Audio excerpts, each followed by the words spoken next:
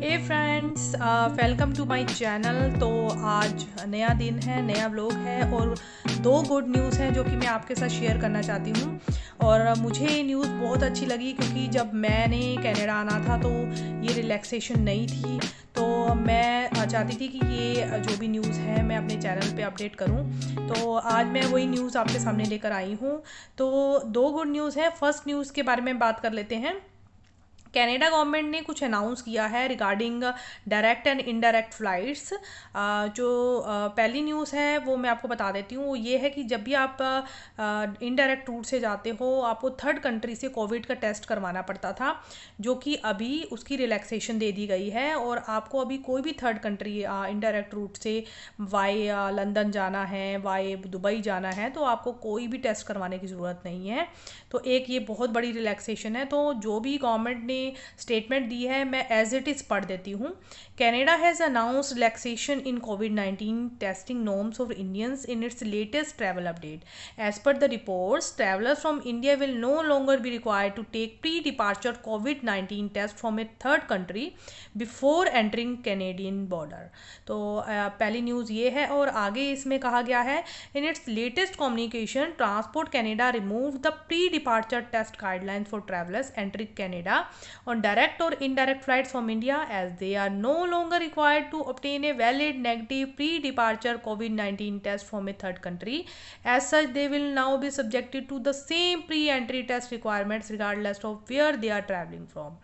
तो first news तो ये थी कि उन्हें किसी भी थर्ड कंट्री से कोई भी टेस्ट करवाने की ज़रूरत नहीं है।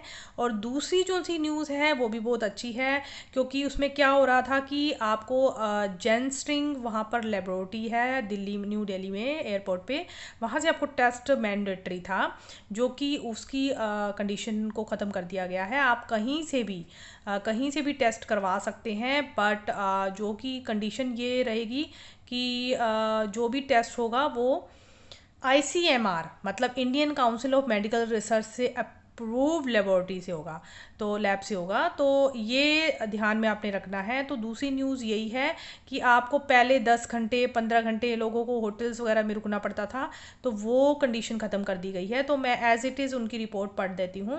Effective January 28 2022 we are removing the modified pre departure कोविड-19 test requirement for travellers on direct flight to Canada from India and Morocco, and the requirement for third country testing for travelers on indirect routes through Canada from these countries, Transport Canada tweeted on Friday. However, an RT-PCR COVID test report from Indian Council of Medical Research (ICMR) approved lab is still required for those traveling from India to Canada. Earlier, Canadian government had made it mandatory for flights to carry negative COVID-19 test report not more than 18 hours before departure from the approved lab at Indira Gandhi International Airport in New Delhi. However, this rule has now been cancelled by Canadian government. Travelers planning to fly to Canada do not need to carry a negative COVID-19 test report within 18 hours from the approved lab at New Delhi International Airport. Moreover, as per the guidelines, the fully vaccinated passenger will have to upload the relevant information into ArriveCan mobile app or website. तो ये Canadian government का फ़ैसला हुआ है, जो कि बहुत ही अच्छी गुड न्यूज़ है।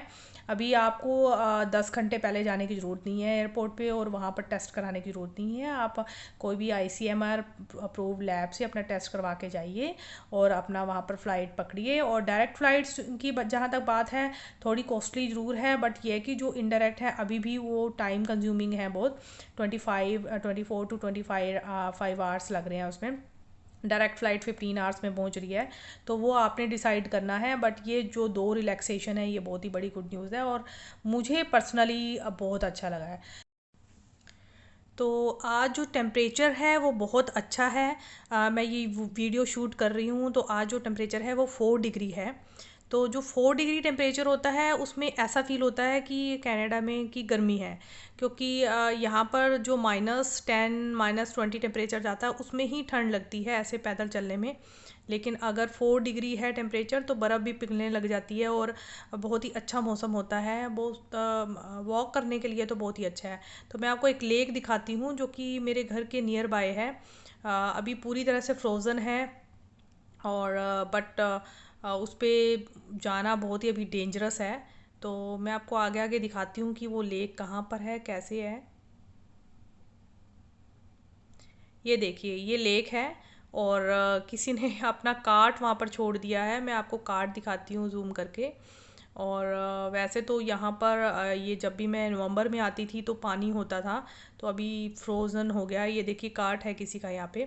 तो बहुत ही अच्छा, कनाडा एक बहुत ही ब्यूटीफुल कंट्री है।